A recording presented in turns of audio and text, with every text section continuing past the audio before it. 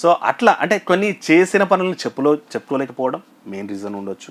రెండవది అంటే ఎందుకో మరి కాంగ్రెస్ పార్టీ మరి ఆయన అంటే సీఎం గారు లేదనుకుంటే మంత్రి సంబంధించిన అంటే ఎక్కడో ఏదో మిస్ అవుతుంది, వెలితి అయితే అనిపిస్తుంది కదా. అంటే అక్కడ చేసిన పని జనాల్లోకి రావటం లేదు, జనాలు ఎంత చేసినా వీళ్ళు ఏమో సాటిస్ఫై కావట్లేదు. అక్కడ లీడర్స్ అంటే ప్రభుత్వం మీద ఈ అధికారుల మీద వీళ్ళకి ఏదో పట్టు దొరకతలేదు, అధికారులు కూడా ఎవరు మాట వినట్లేనట్టు పరిస్థితే ఉంది. అవును, ఎవరికి ఇష్టం వచ్చినట్టు వాళ్ళు చేస్తున్నారు. వీళ్ళు కూడా ఒక గ్రిప్ అనేది అంటే సీఎం స్థాయిలో ఉన్నటువంటి రేవంత్ రెడ్డి పాలన మీద పట్టు అయితే ఇప్పటి వరకు ఇంకా కనిపించలేదు కదా, ఆయన మార్క్ అయితే కనిపిస్తలేదు.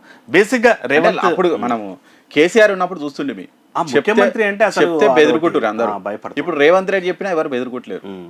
ఏం చేస్తారో చేసుకోండి అంటే బేసిక్ గా ఆయన యాత్ర చేస్తున్నప్పుడు, పాదయాత్ర చేస్తున్నప్పుడు ఆయన మాటలు తూటాలా అక్కడ పేలుతుంటే మళ్ళీ కేసీఆర్ కి అంత ధీటైన లీడర్ రేవంత్ రెడ్డిలా అనిపించిండే. సో మరి ఎందుకు అని ఏదో మిస్ అవుతుంది.